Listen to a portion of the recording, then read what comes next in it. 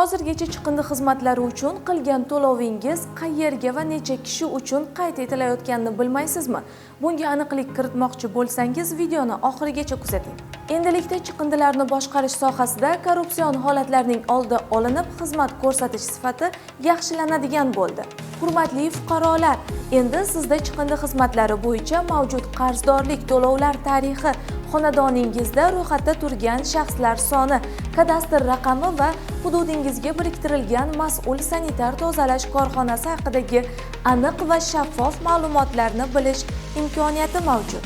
Shuningdek, chiqindilarni boshqarish sohasi hamda tizimdagi tashkilotlar faoliyatiga tegishli masalalar yuzasidan taklif va shikoyatlaringizni Ekologiya vazirligi huzuridagi chiqindilarni boshqarish va sirkulyar iqtisodiyotni rivojlantirish agentligining 1205 ishonch raqamlariga murojaat qoldirish orqali uyingizdan chiqmagan holda hal etishingiz mumkin. Buning uchun chiqindilarni boshqarish agentligi tomonidan yaratilgan Toza makon billing mobil ilovasining ishlash tartibi bilan batafsil tanishib chiqamiz.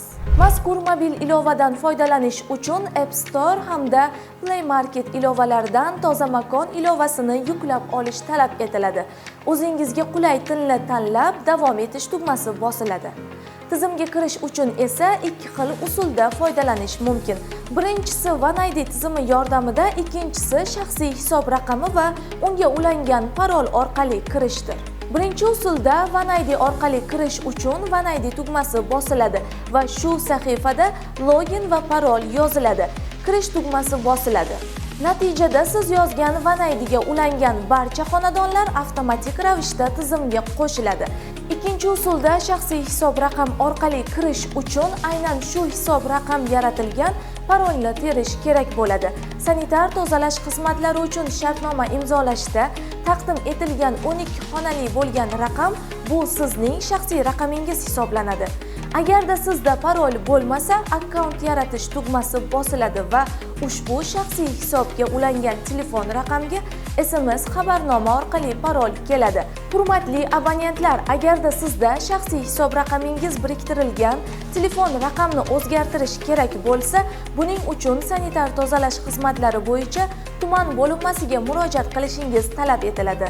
Yuborilgan raqamga kelgan parolni kiritganda mazkur xonadon to'g'risida ma'lumotlarni ko'rish mumkin bo'ladi.